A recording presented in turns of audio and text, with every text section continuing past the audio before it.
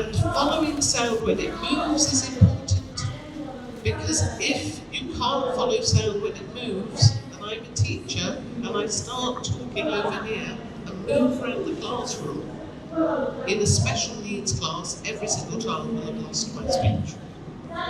You have to stand still to communicate, but when we change the sound processing, the child can follow the speech.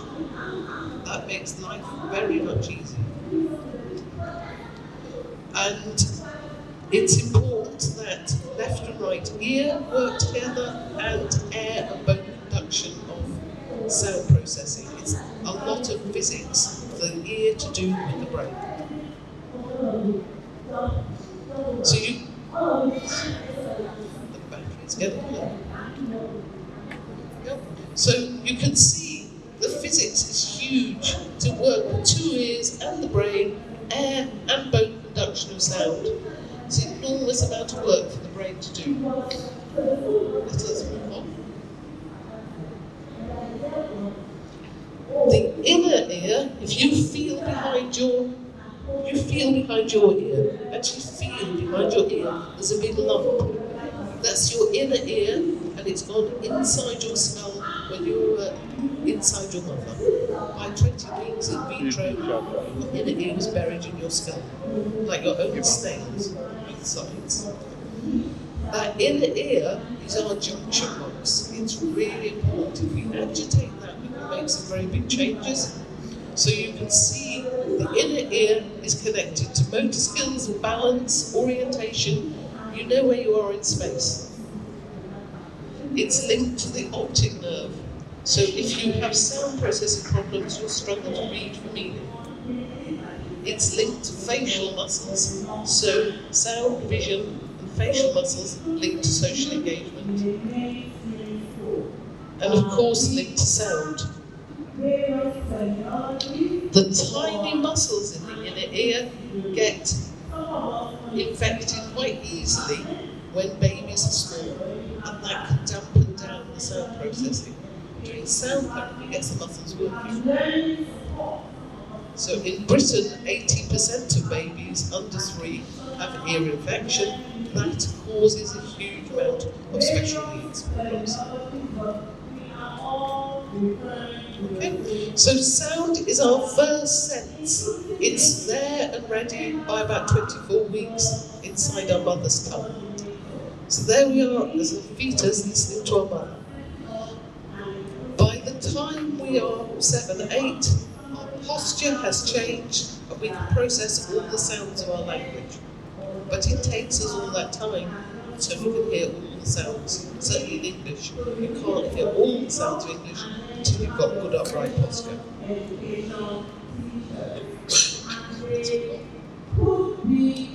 There are some really cheap things you can do to get sound working better. So the cheap things are to make someone feel secure. If I think you're going to attack me, I will close my sound. I close my sound down. By reflex, humans who are frightened close down their sound. So humans must feel secure to be able to sound process. I've had clients who thought they were deaf, but they'd spent 18 months with violent parents. And when we actually looked, they had just pushed their sound down completely to block out the horrible home. We need people to breathe through their nose. This is unbelievably important. You mustn't be a mouth breather. You have to breathe through your nose. You must clear all the airways. Really, really important, because if somebody will breathe all the way through their nose, they digest oxygen better, their brain works better, and they can sound process better. If your head is full of mucus, you can't sound process as well. Does that make sense? Yeah. And there are videos online of me showing you how to get to good nasal sound. But I'll skip the demonstration because it's messy. And good posture, really just being upright. If you're curled in, your sound doesn't work so well. So you think about modern humans or computers, all curling in, their sound doesn't work so well. The more upright they are, the better their sound. So getting good, strong core strength is important for sound. And being able to cross the midline. So being able to go over the midline with motor skills is really important. When a person can't, they'll clamp their jaw. And when they clamp their jaw, they damage the nerves between their face and their inner ear. So it's really important to get people very well wired so that we maximise what sound processing they have. And again, there are exercises online. I have a YouTube channel where everything is free. You just, yes.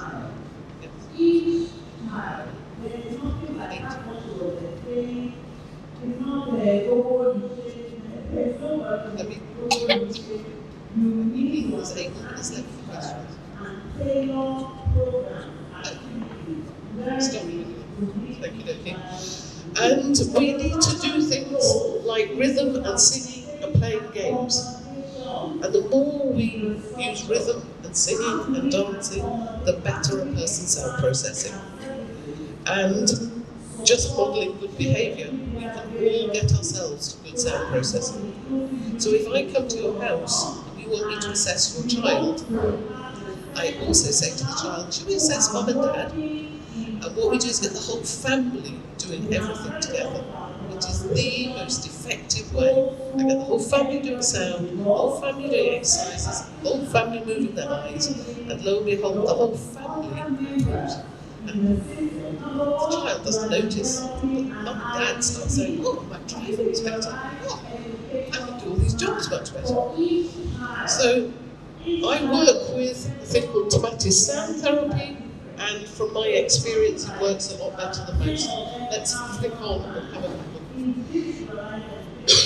Just very quickly, the sort of things that can cause problems are difficult births, inner ear infection, trauma, dental problems, midline crossing, poor posture, if a person's very anxious. They can all cause problems with sound. So this is an ideal sound curve, and I'm going to show you some examples of clients. So the blue line on the right and on the left side is air conduction, the red line is bone conduction. When I screen mute, this is what I want to see. No, this is what I do see. This is a battered wife. Because she's a battered wife, she has closed down her sound. So you can see it closed down. And if you think about being attacked, you will close your sound down. It's really interesting. You're feeling your own jaw, you can imagine it. If this is an old friend, he was an outstanding teacher, there was a change in management, the management was very aggressive, and you can see on both sides a horrible dip. That's where somebody has come and been a very aggressive workplace bully, to the point that one of his colleagues committed suicide and he went off sick. You can see the impact of nasty behaviour when you really feel threatened and damage yourself. This is an adult with terrible ear infection. She came to me with terrible dizziness. She couldn't have stood here, but she had terrible vertigo. One round of sound therapy, and she was a happy person again. So sometimes 14 days, the person's back to what we want. On we go. This is a young man, he was in his 20s, he'd been a professional footballer, and that hadn't quite worked. He then became a chef, but he kept having arguments with everybody. He couldn't stop arguing. And when I looked at his sound, he had this big hole. That big hole. And that big hole caused him to be argumentative and have erratic behaviour. We moved the big hole, and his behaviour became calm. So it's very powerful.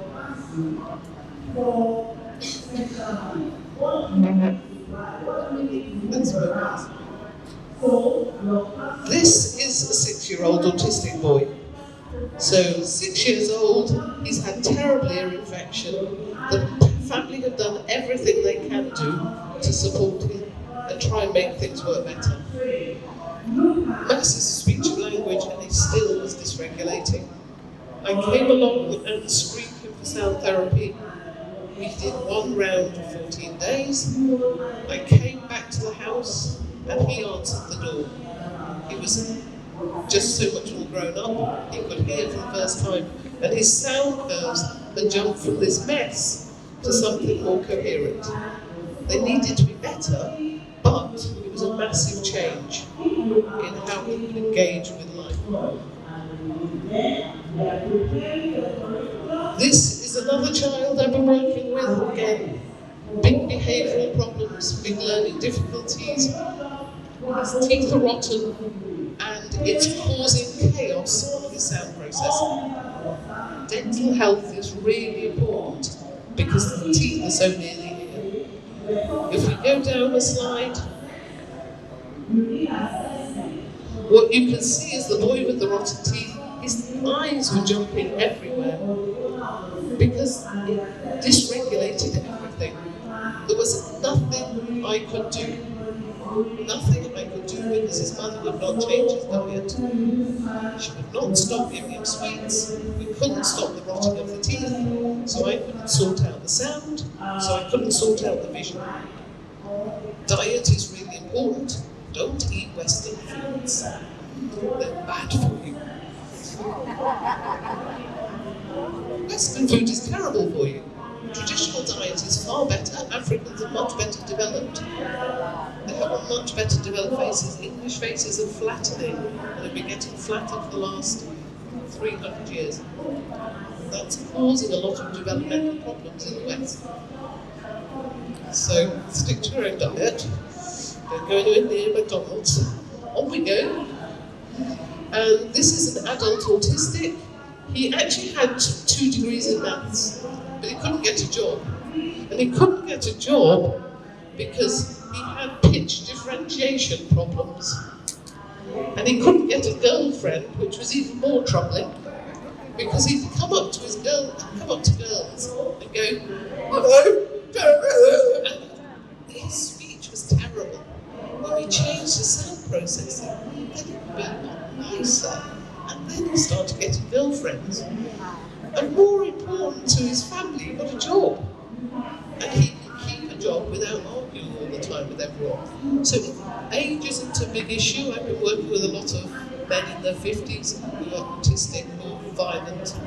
Calming them down and moving them from left to right ear dominant has been really quite important. Is there any more? Right, so thank you very much for listening. Let's leave this up. There are free videos on YouTube, Fit to Learn 657. I have a website with my research and links. And no, you need it. You just need to leave it.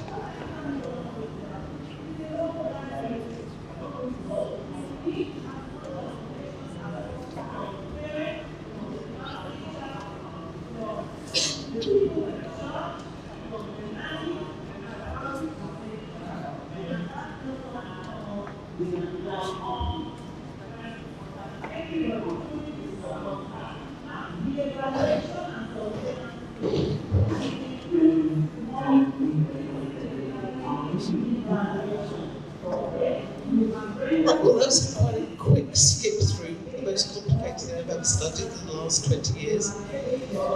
Does anyone have any questions?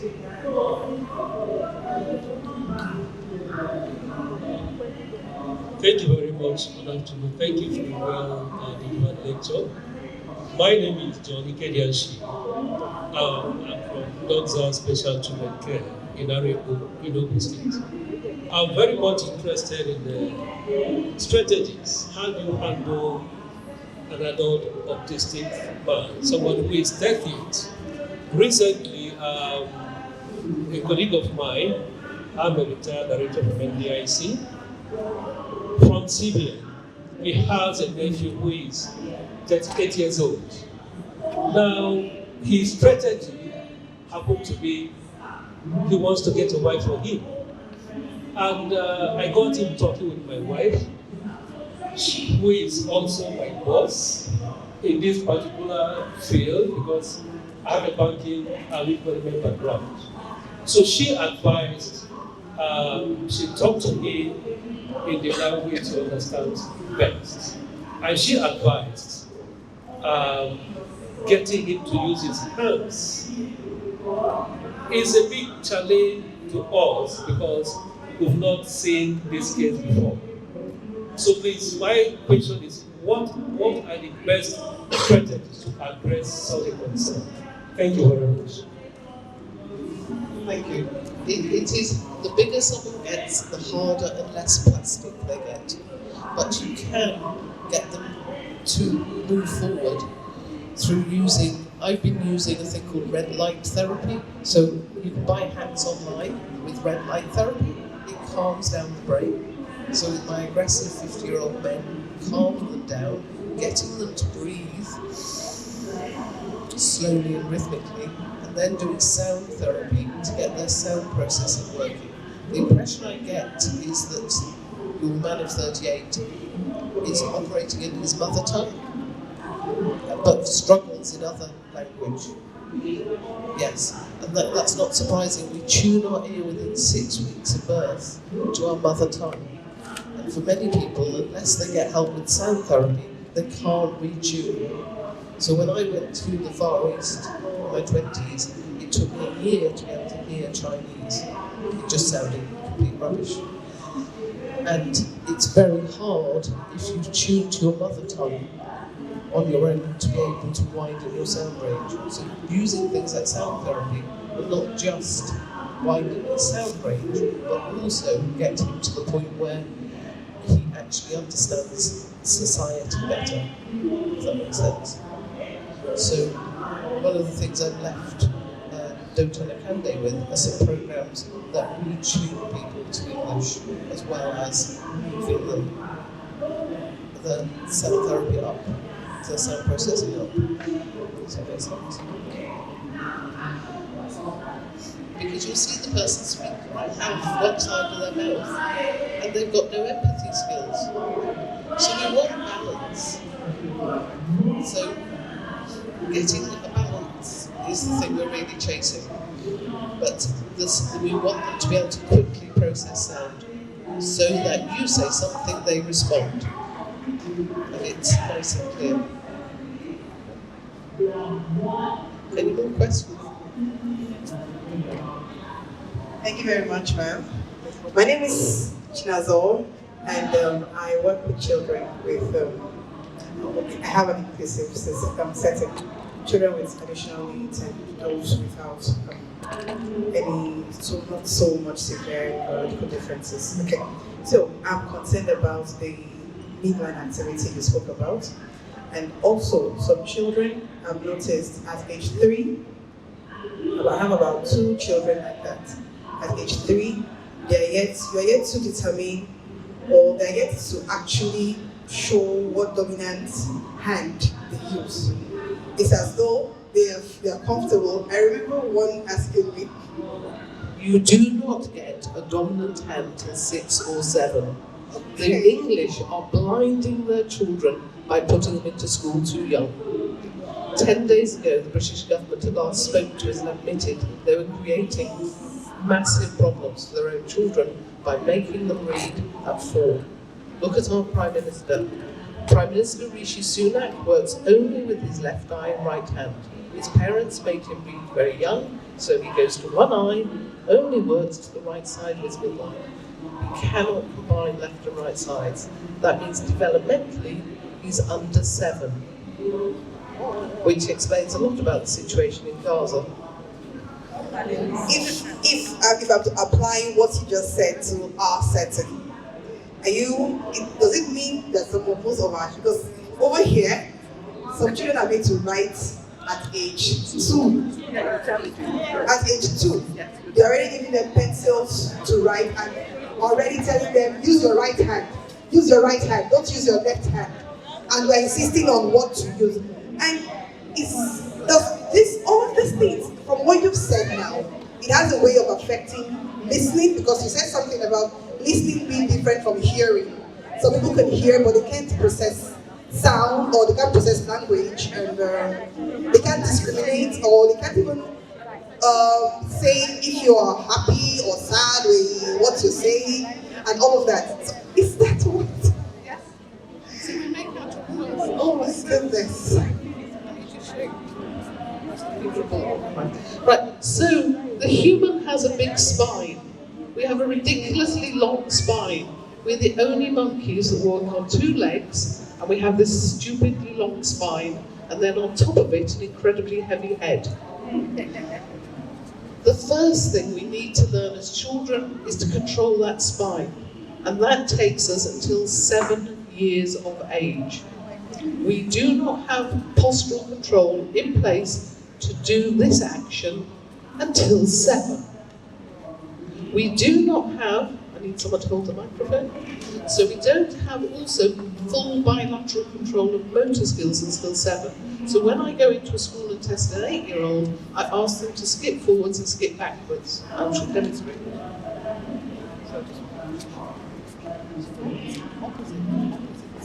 Opposite. So on opposite arm and leg working together. At 3.5, I can check whether I've got a problem by doing angels in the snow. Are you up for a demonstration? You'll need to stand up and watch me. So you probably need to stand up to watch me.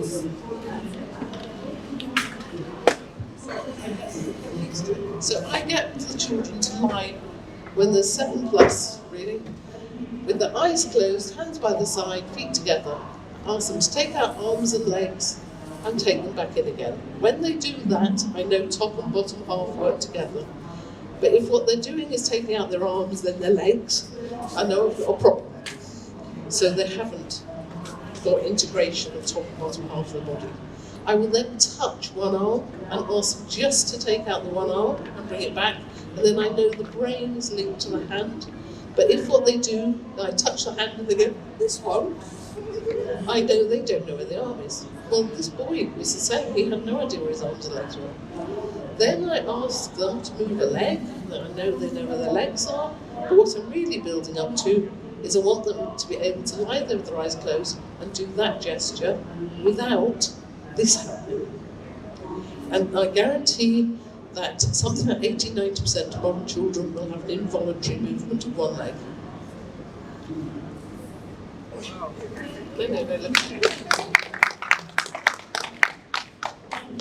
That tells me they don't have midline crossing. And when they don't have midline crossing, they start looking too much like Western politicians. And everything gets clamped up. But it means they can't do a jigsaw puzzle except in 2 halves, and then they bring the 2 halves together. So for me, special needs is not special. It's the norm. And I'm looking at something like 90% of the British population having problems. And that, yes, it's all of us. But we can empower. Nigeria is rich in people. So simply, all my videos are free online.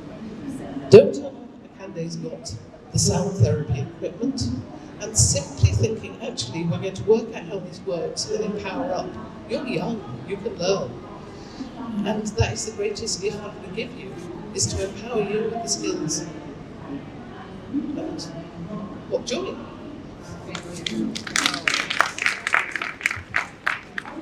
Thank you so very much, ma'am. So in this discovery, with this knowledge we all have now, by the end of today, we'll be going back to our various place of assignments. And what would be your recommendation? What are the activities we can engage children with to help gain that upper and lower pattern dominance, or I think integration, or? Okie dokie. While the rest of you were busy watching COVID, I sat and talked to myself every happy day, and I made a video of each exercise in developmental order. So you literally go down and find day 1, start on day 1. It takes about 20 minutes, watch them as a team, and then as a team do the exercises. As a team, skill up. and work your way through. If you hit a block, send me an email and ask me what the solution is. I'm better dealing with videos than just people's descriptions, because I'll know when I see a video of somebody's movement. Look on the website and send me a message. Yeah. Thank you, ma'am. My name is Omalala Do, and I work with children, adults with disabilities. So my question is, we talk about things that affect sound, and one of it is nasal breathing. So I would like to ask, is there any, for a child that has that, is there anything that we can do to help, because it's wrong? So is there anything that we can do to help, and what are the activities that we do to improve it? Right, so nasal breathing is quite simple. You need lots of tissues. I have a bag full of them. I will demonstrate to you now. You're going to hold your breath, you're going to go back and forth, and you're going to keep going back and forth until you cannot hold it any longer. And what's going to happen is the air in your nasal pathways is going to heat up, and that melts all the mucus in your nasal pathways. Are you ready for this revolting demonstration? Yes.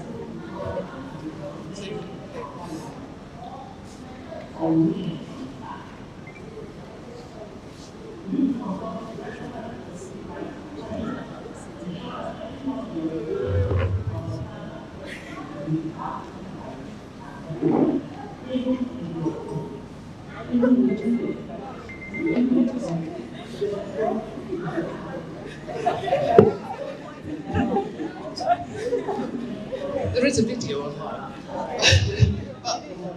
Because you're heating up the airways, you're getting all the mucus out.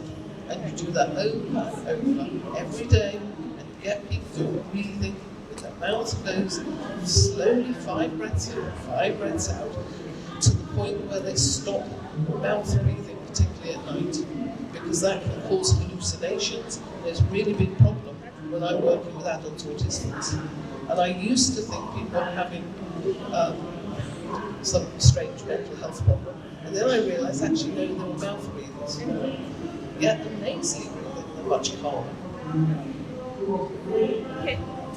I would like to ask again, is there any diet to stay away from? Is there any diet that you need to stay away from? Generally, the experience worldwide is the best diet is your native diet.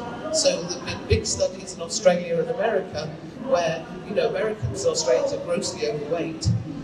The Australian Aboriginals have done 30 days back on their native diet, and lo and behold, all their diabetes, etc. has disappeared.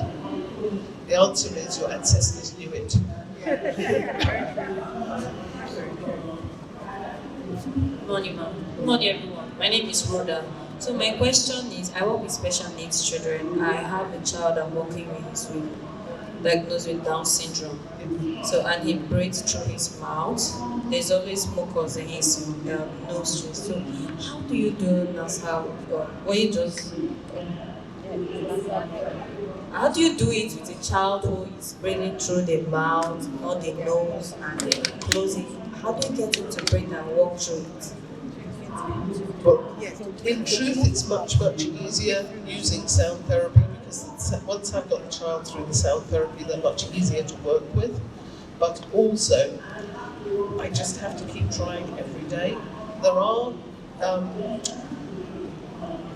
little pipette things you can buy which suck mucus out of babies' noses, etc.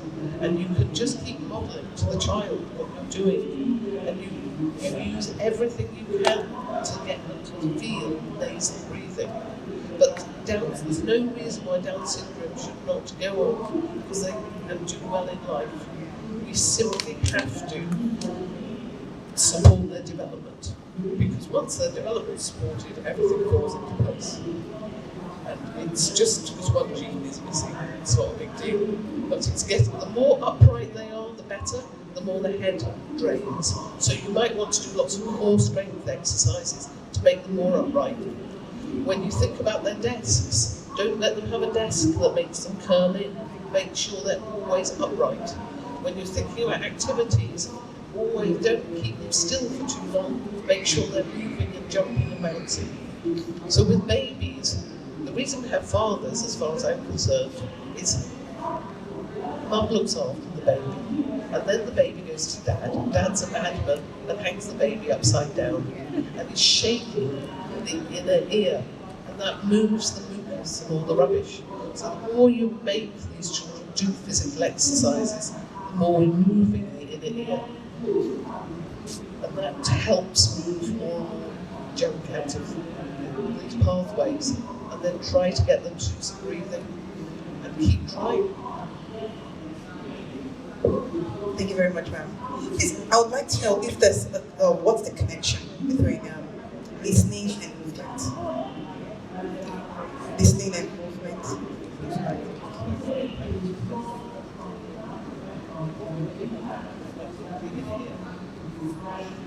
So if you change someone's sound processing, often what happens is they suddenly become more upright. They have better peripheral vision. They are more confident in space. And it is the inner ear that is the junction box, that just getting the inner ear working gets development working better. So when we're born, sound is our only sense. When we're born, we hear the sound of our mother's voice, so we turn our head to mother, and by reflex our arms move. As we learn to crawl and walk, we get conscious control of our arms and legs. But in modern life, we're not letting the child crawl enough. So we're picking them up, we're putting them in pushchairs, we're putting them in cars, and so on. Yes. That's, you know. Good afternoon, everyone. Please, I want to ask, is there any sound that can help with sound therapy? Because of recent, I listened to a mother saying she helps her child with sound frequency waves. Is there anything like that? There are lots of copies of Tomatis' work, but to certainly my experience as a social entrepreneur, I can't afford to do therapy if it's not going to have an impact. So we went through every single sound therapy and came to the conclusion that the one was having the most impact was Tomatis. You can buy online a headset still, an infinite Tomatis headset, which you can then use yourself. And that has pre-recorded music. It has like blocks of 30 minutes, but I cunningly say to my clients, well, it's got 30 minutes, then listen to it for 60 or 90, because it'll have a much bigger impact. So you don't need to do precisely what they say, but if you're not sure, just check in, and I'll tell you how. And if they won't have the headphones on the ears, put the headphone around the neck, because the bone conducting device in the headphone will work through the spine. And with babies, you can wrap the headphones around their waist, so even if they're premature or whatever, they can get the bone conduction through their spine. But you only want to do about 10 minutes a day with a baby. Please, can you elaborate on Tomatis sound therapy and red light therapy? They are quite new to me. So Tomatis sound therapy, in the 1960s there was an ear, nose and throat doctor in France, Alfred Tomatis, and he identified that there was a difference in how humans were processing sound compared to what we traditionally believed they were doing, and that a living human processed through air and bone conduction of sound, and we were treating humans as though they were all dead, because it's very hard to get into the inner ear if a person is alive. And so all we were analysing were dead bodies and assuming that's how the ear worked. He worked with musicians and with factory workers who'd lost their sound, and found that agitating the air and bone conduction, he could get their sound processing back.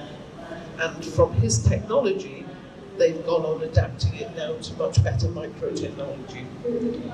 And for me, it works every time. It's like oil in the system. It's like the mother's voice agitating the sensory system to get things working better.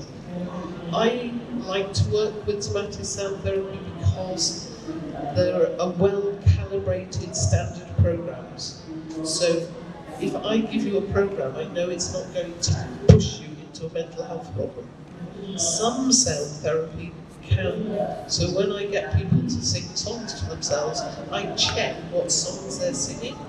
Because many of my clients with mental health problems, they choose the most depressing songs.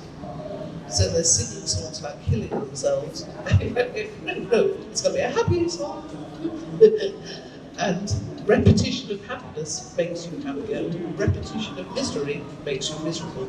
And if you're using sound therapy equipment, it's going to magnify that. So we want always to check that what we're working with is really nice, safe, well-controlled systems.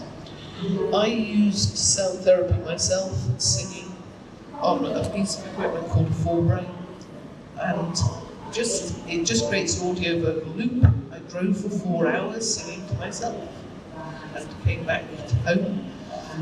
And the next day when I woke up, my vision had changed completely. For the first time in my life, I had night vision. And previously I had no night vision. I wasn't safe driving at night. It really affects you globally. But a lot of children with special needs won't touch audio vocal loops. They find it too frightening to hear their own voice. Sorry. Next one, please. Thank you very much. So my question is based on backing babies.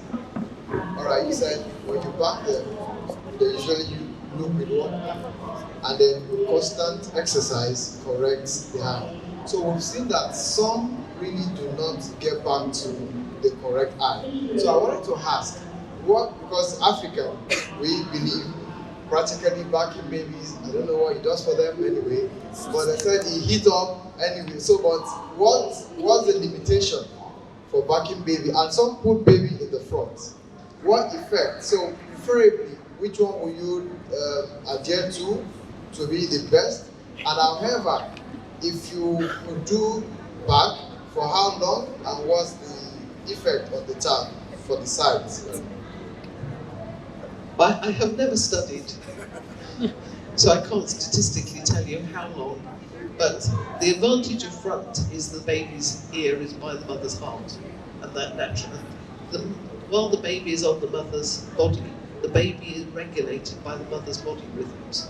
So it's incredibly good from that point of view. I would say that, to be honest, any eye can get back into a good place if you are thorough enough. Because my son's eyes, one was going in one direction, one was going in the other, and he had no messages going from eye to brain. And it took us 18 months, but there we were, day in, day out, getting it. And one of the things we did was a thing called primitive reflex exercises. And primitive reflex exercises impact on how well you control your eye muscles. So that if you've got good deep core strength, then your eyes can focus and refocus more efficiently. If you can separate your head from your body really well, and all these exercises are online, your eyes can cross the midline if you train them to, if it's too late. If you, try to think what else you do. There are a whole series of exercises which do impact on your control of your eye muscles. If you've got problems with automatic reflexes, you won't be able to control your eye muscles properly. Once we've got the primitive reflexes working and train the eyes to cross the midline, we can get the eyes to do pretty much anything. It's a matter of working through systematically. And if you send me an email, I will send you all my cheat notes on how to get eyes to work together, because the Chinese have the same problem. They're rushing their children, and it's 90% of their children wear glasses. And so I had to write them a lot of detailed notes on how to sort it out.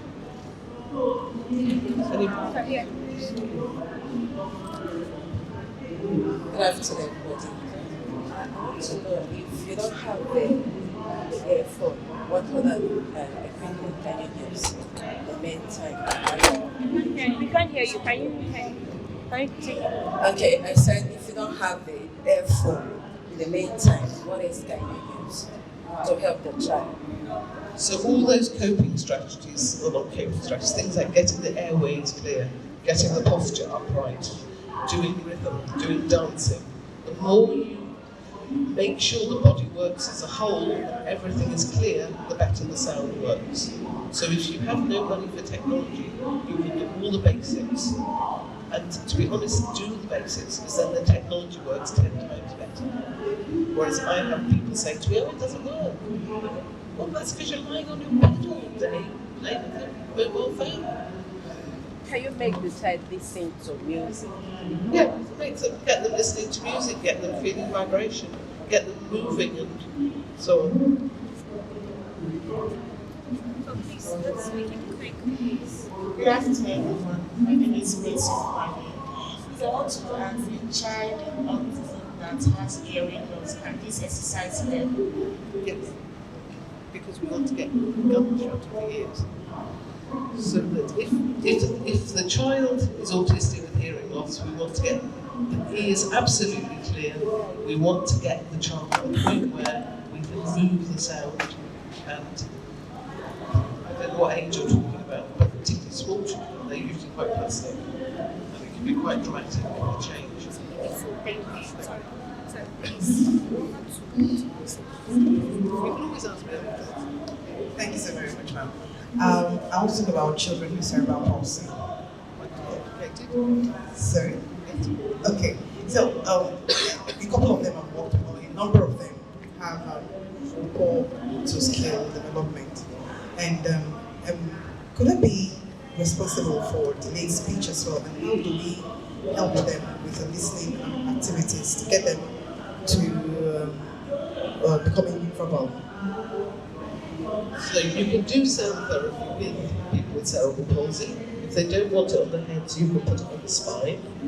You can pattern movement for them to begin with until they can make movements themselves. And slowly but surely you can move people. And it's worth, from the very get-go, getting them where you hold their head and you get them to move their eyes. It's just little by little every day. And the thing to do is every few days celebrate the tiny, tiny changes, because otherwise it's soul-destroying. Thank you very much. My name is Jumoke. Please, I have a child after being treated with me at around age 2. Our two nerves got damaged. Yes, she's on hearing aid and she's 20 now. Do you think these tomatoes, therapy and equipment will be okay for her? And please, what other things can you recommend? So she lost her hearing at 2. So you can certainly do tomato sound therapy, even if you've had hearing loss, because it helps with just agitating all the senses that are controlled by the inner ear. But you can also do all the primitive reflex exercises and everything, because if you lose your hearing, it stops triggering other development. So going through every single exercise makes a huge difference. It gets the eyes working properly, gets the motor skills working, and the brain will rewire to what senses it has. And if you stimulate things will work at a reasonably high level. It is.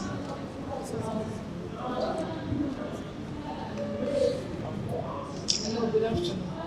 I'm Idiot Son, deal with special needs children. We have children that hear vividly, but there is delay in the speech.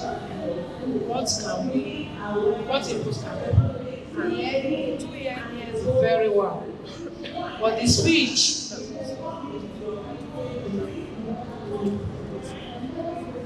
So there's a difference between hearing and sound processing. And whatever's coming out of the mouth indicates to you what the brain is processing. So we need to do sound therapy to get the brain to process the sound differently so that it automatically comes out as better speech. So some children, like the 6-year-old who's chaotic and then 14 days later wasn't, he literally, I could hardly understand him when I began. And 14 days later, his speech was dramatically clearer.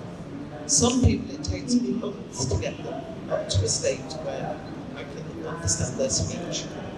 And with the boy, the Nigerian boy, I didn't think I was ever going to get to chat to him. But last time I saw him, we were joking and chatting. It was normal conversation. He wasn't running wild around the room. So sound therapy can be quite dramatically powerful. Also, you can get multiple headsets, so put large numbers of children through at a time. So you can have whole batches of people going through doing sound therapy. So, I usually put 6 people through at a time, but I know when I was in South London, my mosque could get 30 people through at a time, and they were very keen on putting huge numbers through. And that's just as effective. Okay, I think you said that was the last question, but I want to ask you, I'm an early years special needs educator. so I have a particular child. That child, You can name, sorry. I said I'm an early years and special needs educator. I have a particular child. When you talk to him, he will not respond immediately. It takes time for him to respond. You don't understand when you're talking. Yes, it takes time. So to him, in him, I just understand when you say the process of communication and all that. So how can you use this to help that child? Okay, So go and chat up Declan and see how many of you can work out an economic way of either setting up your own sound therapy centres or using their equipment. But you need to do sound therapy in order to get that sound processing working quicker. And if a child keeps having delays, then you have to do a thing called lateralising, where you push their ear to the right. So with my Nigerian boy, the danger of him being thrown out of school was so high, I started pushing him to the right earlier than I might otherwise have. But it's paid off. His communication is much faster. Thank you very much. Thank you. So we have to move now. I said we'll complete our personal fees. So we need to all move to the hall now. Thank you.